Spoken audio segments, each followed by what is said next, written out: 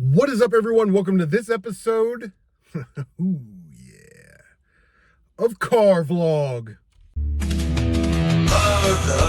Oh yeah, gonna make a video in my car now. Oh yeah, gonna make a video in my car.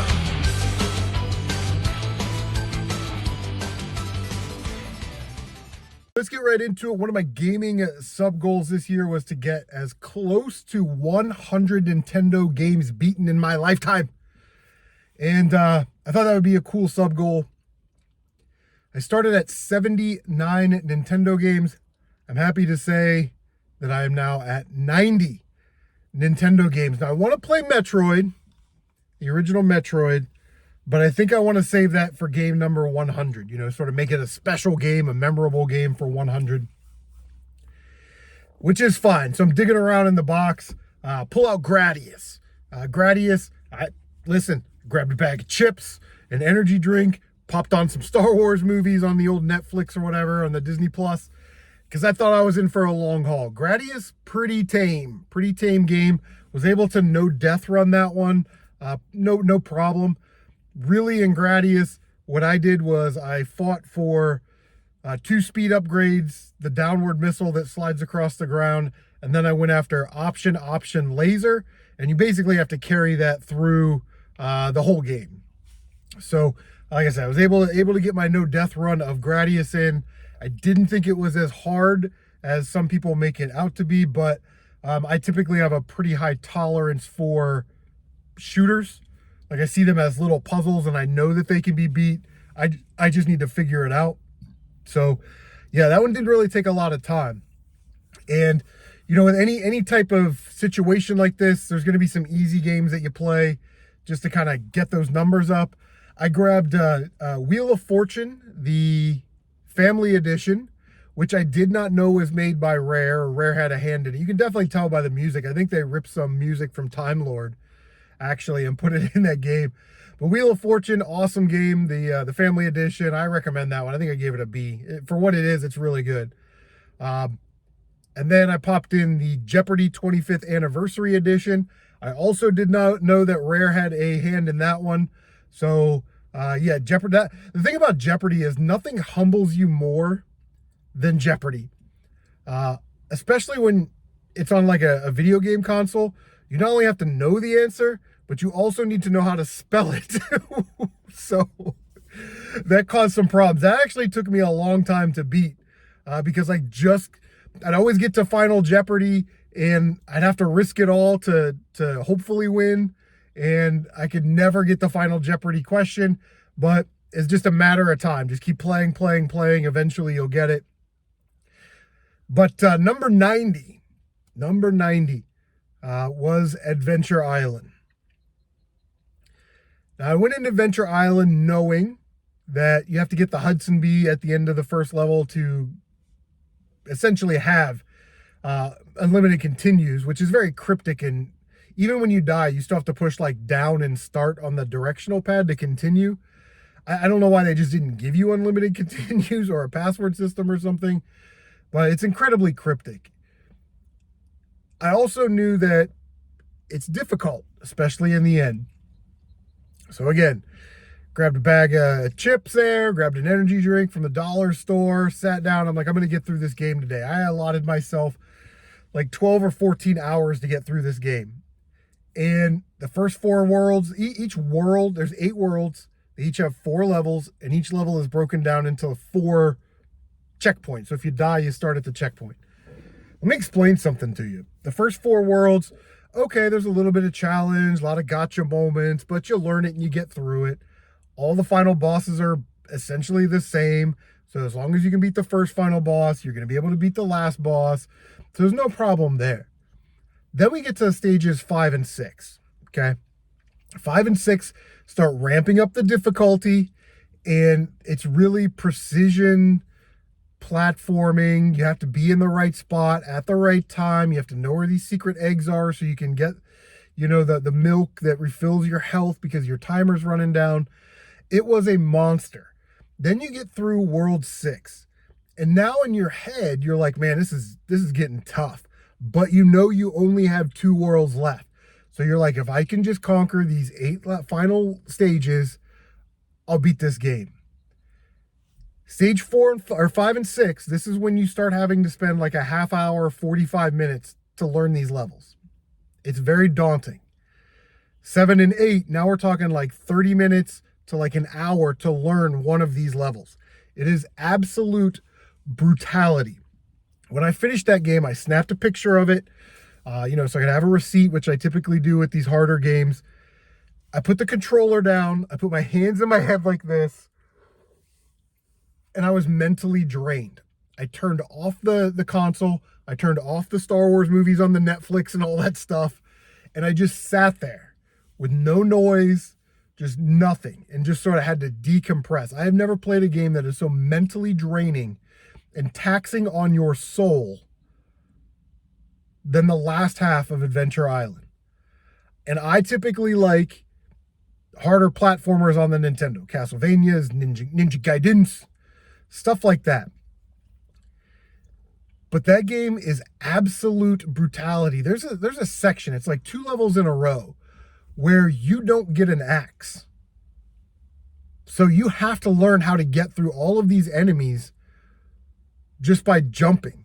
And it's like they said, we're going to make a tough platformer, but we're going to give you the slipperiest, most unresponsive controls of all time. But I'm glad I finally beat Adventure Island. I'm glad I crossed that off the list. I told Mr. Matthews, I said, when like a multi-millionaire gets divorced from his like model wife that, gets up with the nanny and has the nanny send the kids to school and she goes to the gym and then dicks around on Facebook all the time. And in the divorce, she gets like $300 million. Like that guy feels happy that it's over, but he also feels like he got kicked in the nuts. You know what I mean? So it's 6 of one, half dozen of the other, I guess. Apparently Solid Nate did a no death run of Adventure Island, and I'm gonna have to check that out because that is a monumental task. So I started to go down this rabbit hole, excuse me, of what the hardest Nintendo games of all time. And I went to Watch Mojo, AVGN, What Culture, Ranker.com. Like I picked like people that would be considered influencers and authorities on this topic. 8-Bit Eric. None of these people had Adventure Island on their list. And I'm thinking, what a travesty. Because you see games on there like Contra, which is pretty tame when you're talking about the hardest games of all time. Now, Contra, there's some difficulty to it, but the hardest games of all time. I don't know if I'd put Contra on that list. But yeah, Adventure Island, man. That was a tough one. So, let me know what you think are the hardest Nintendo games of all time. Leave a comment down below. Think about working on my either a hardest Nintendo games list. I'm like into it now. Or I posted a survey about what Nintendo games you think are perfect. Thinking about working on that video this weekend. But, I'm starting to catch a lot of videos about physical media being dead and things like that. And you see a lot of these thumbnails where Walmart has no inventory or Target has no inventory. And I know they're towing the company line and they're saying like, well, we're going to use this space for more profitable items. Okay. I have to believe that they know more than we do.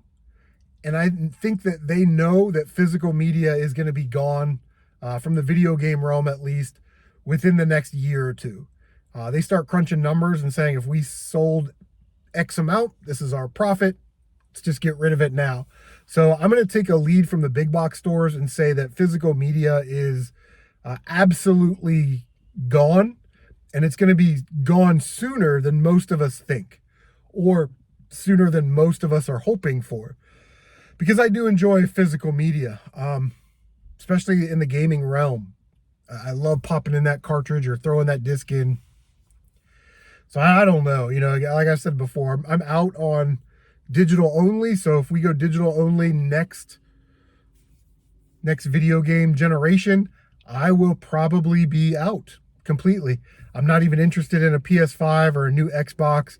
Be interested to see what Nintendo does. Because if Nintendo comes out with a Switch 2 or some new console and it's digital only, I will probably be out on the Nintendo console too. And I think at that point you are going to see, especially like Switch generation, Xbox One, PS4, you're going to see those games really go up in price. And I was talking to Dave over at Maxine's Bargain Box, and he thinks that PlayStation 3 and PlayStation 4 and, the Xbox games are going to be, the Xbox One games, I should say, are going to be very valuable moving into the future because it's sort of those last generations of physical media. And he sees a lot of discs that come in that are absolutely trashed. So the inventory in the future is less than you probably think it is. And I had to think about that for a while. I was like, man, that's probably true, because once those Blu-ray discs get scratched up to a certain point, they are unresurfaceable. Wii U games probably fall in that same category. I'm pretty sure they're like Blu-ray dual layer type discs. But yeah, I don't know, man. I said it earlier this year in my update video. It's a great year to play games and, get physical games, not necessarily buy anything new. Spend your money more productively, get some older stuff that will always play. I know they say like, well, you don't know what the shelf life is on a Nintendo cartridge. Well, I can tell you that I've had Nintendo cartridges for 40 years and I just use an alcohol swab, pop it in, and it works. So as long as I have a working Nintendo, it seems like I will be able to play those games for a long, long time. Keep them in nice condition, out of humidity, out of the garage, extreme weather, and they should be okay. But yeah, last thing we got today, since we're running way over, Surf Blue asked a question. He said, if you had to sell all of your video game collection but keep one console collection that you have, which would it be? For me, it would be the Nintendo, the original Nintendo. I love it. I'm so nostalgic for it. Have nostalgia for it. I'm very proud of the collection that I've been able to curate for the Nintendo. It's one of my go-to consoles. I love playing games on the Nintendo. But I would say that if that console weren't available, I'm not sure which console I would take. I would probably take like PS2, or if we can kind of work the system here, I'll take one of those backwards compatible PS3s and be able to play PS1, PS2, and PS3 games. Have a big library. But if I couldn't do that, I would definitely say PlayStation 4. That's probably my second favorite console of all time. And the reason is the games are great on PS4 and it's region free. So there are a lot of games from different regions that you can get your hands on that will play in your NTSC PlayStation 4. I just played one a couple weeks ago called Yasai Ninja. It was a Spanish exclusive, sort of like a 3D platformer. It almost plays like a early PlayStation 2 game in that genre. But the library for that system is so huge, and there are so many great games on PS4 that I'd probably take Nintendo first. If I couldn't have that and I couldn't choose the system and take a backwards compatible PS3, then I would definitely take my PlayStation 4. I also love the ability to just stream it, just hit the button, share, and go to live stream, YouTube, put a title in, and go live. That's a nice feature to have. So I will ask you guys the same question. If you had to get rid of all of your video game collection, except you could keep one console and your library for that console, which console would it be? Leave a comment down below, and feel free to leave questions in the comment section. I'll answer them on Car Vlog. So yeah, I'm going to head into work.